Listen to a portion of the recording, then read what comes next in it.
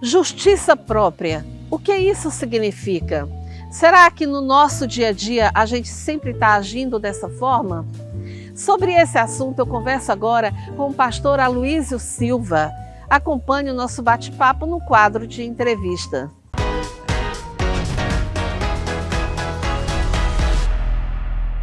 Bom, eu tenho o prazer de continuar esse bate-papo aqui com o nosso convidado especial, pastor Aloísio Silva, da Igreja Videira de Goiânia. Pastor, mais uma vez, seja bem-vindo ao programa Referencial. Obrigado, sempre uma alegria e um prazer estar com você aqui, Osinei. E a gente está conversando aqui com ele sobre diversos assuntos, mas semana passada a gente falou sobre o Evangelho da Graça. Hoje, pastor, eu quero falar sobre a questão da justiça própria. Eu acho que a justiça própria está relacionada com o Evangelho da Graça. Como é que é isso mesmo? Sim, completamente relacionado. Por quê? A Bíblia fala que todos os que vieram a Jesus receberam, seja cura, salvação, o que seja. E Jesus nunca exigiu deles uma condição para receber que não fosse fé. Entende? Então, no Evangelho, você ouve Jesus dizendo: mulher, grande é a sua fé. Ele diz: nunca achei fé como essa em Israel. Não é? Mas Jesus nunca diz: grande é a sua obediência, grande é a sua santidade. Por que o Senhor nunca diz isso? Por causa da justiça própria, do merecimento. Quem foram os únicos que não receberam do Senhor? Os fariseus. Porque os fariseus se achavam santos. Eles achavam que eles tinham um lugar especial, né? E que Deus ouvia suas orações. Então não há menção de nenhum fariseu sendo curado, recebendo coisa alguma, por causa do merecimento. Então, a graça de Deus é favor imerecido. Está entendendo? Favor imerecido. Todas as vezes que você se julga merecedor, você saiu da graça. Está querendo relacionar com Deus com base na troca. Está dizendo: olha, eu fiz algo aqui de bom e eu mereço essa bênção. Então, a justiça própria é sinônimo de merecimento. É uma praga, uma maldição. Quanto mais a pessoa tem esse pensamento, mais ela experimenta maldições na vida. Quem é que prospera na vida? É aquele que reconhece que tudo vem de Deus, que sem Deus ele não seria nada. Pastor, a culpa, o peso da culpa, ele está diretamente relacionado com a justiça própria? Então, a culpa é aquela ideia, né, de que existe um certo nível de pecado, ou um pecado que foi repetido tantas vezes, que Deus não perdoa. E a pessoa, então, ela precisa agora de pagar pelo pecado dela. Mas isso é mentira. Você não tem que pagar pelo seu pecado. Não existe pecado grande demais que o sangue de Jesus não possa perdoar.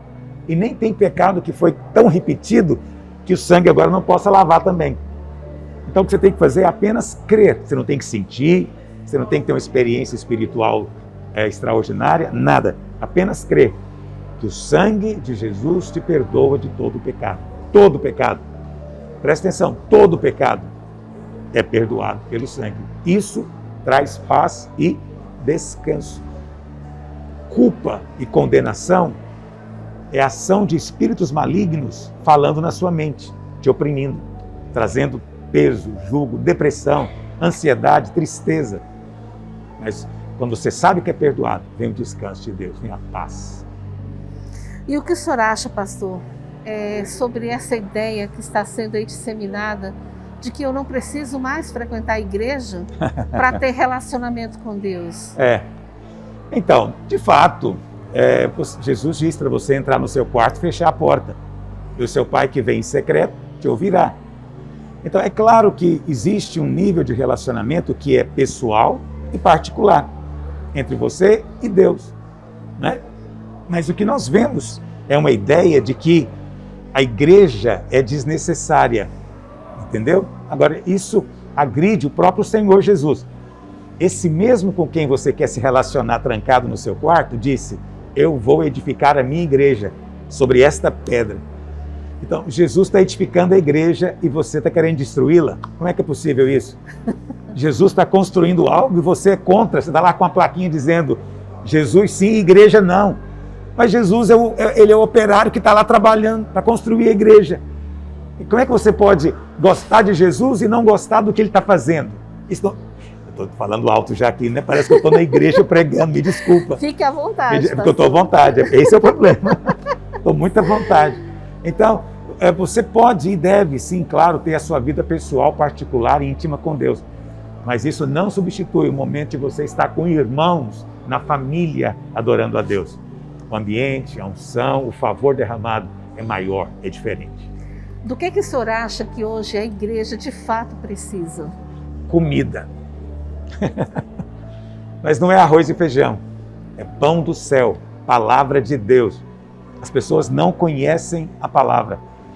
Quando eu falo a palavra, é o Novo Testamento, não conhecem a graça, não conhecem o Evangelho. As pessoas recebem muita autoajuda, muita coisa que ela tem que fazer.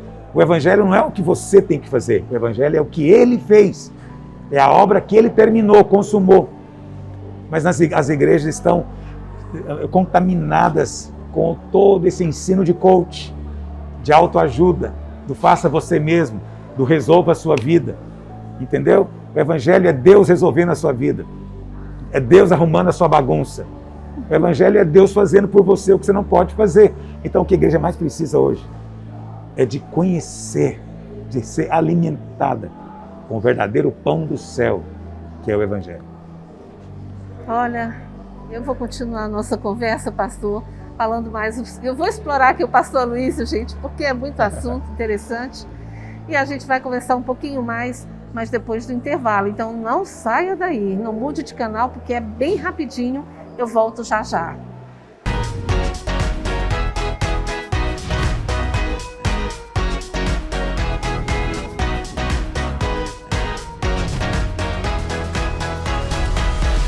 Voltando aqui o nosso bate-papo com o pastor Aloísio Silva, da Igreja Videira de Goiânia, estamos falando um pouquinho sobre justiça própria e tantos outros assuntos que não dá para não conversar com um homem como o senhor, tão usado por Deus, né? E que tem uma bagagem tão grande. Pastor, eu quero falar agora sobre a questão da nova ordem mundial. Ok. O que é isso de fato? Olha, existem algumas profecias bíblicas que são muito importantes, porque elas são profecias que definem a história bíblica, profética. E uma profecia está lá em Apocalipse capítulo 13, verso 7, que diz que nos últimos dias vai se levantar um governo mundial. E esse governo vai ter autoridade sobre cada país, cada povo, cada nação do planeta. Isso vai acontecer, está escrito na palavra de Deus, é uma profecia, vai acontecer, é chamado de governo mundial. Só que hoje as pessoas estão chamando de nova ordem mundial, mas é uma profecia bíblica. E o que a gente percebe é que essa profecia não vai se cumprir assim abruptamente. Amanhã sai no jornal que tem um governo mundial. Não faz sentido, ninguém iria aceitar. As pessoas vão ser treinadas, acostumadas com a ideia, até que ele virá, porque elas mesmas vão querer. Então toda essa situação de pandemia, né, só de ser pandemia, não é mais epidemia, é pandemia, é transnacional, tudo agora é internacional. Você não pode mais ser nacionalista, você tem que ser globalista. Porque a ideia é essa, é acostumar as pessoas que elas são cidadãs de um planeta, do mundo, para que elas aceitem com facilidade a ideia de um governo mundial. E esse governo está às portas. E tudo isso que tem acontecido, na verdade, é só um grande treinamento. Pastor, inclusive, muitos cristãos não estão temerosos em tomar a vacina, porque existem muitas teorias. E uma das teorias é de que há dentro da vacina um microchip. Eu não sei bem como é que funcionaria isso. Bom, tem muitas teorias. Já levando para aquela questão do apocalipse, né? Que seria aí a marcação da besta, alguma coisa nesse sentido. Não, ainda não é. Como é que o senhor avalia, pastor, essas coisas meio assim? Então, a marca da besta, né, que vai existir nessa época do governo mundial, vai ter a marca. Mas essa marca, ela vai ter uma conotação espiritual, né? A vacina hoje não tem. A vacina não tem essa conotação ainda, ok? Se você não quer se vacinar, eu particularmente, eu sou a favor da liberdade. Eu acho que nenhum cidadão deveria ser coagido, obrigado a coisa alguma. Essa é a minha opinião. Mas a vacina em si mesma não tem essa conotação espiritual. Você não deve deixar de se vacinar por causa disso. E eu sempre gosto de dizer, olha, eu tive Covid, e não é bom. Você sabe, eu me vacinei agora. Eu digo para você, tem uma reaçãozinha, mas não dá para comparar com a doença.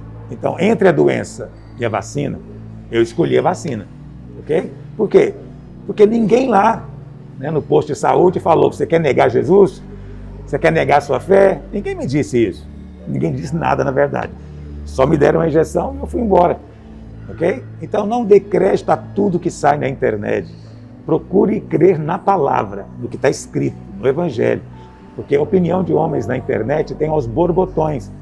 Não dê crédito a qualquer espírito, mas veja se o espírito procede de Deus. E pastor, aproveitando, já que nós estamos falando um pouquinho de pandemia, a gente sabe que esse foi um período muito delicado, onde houve muitas perdas, né?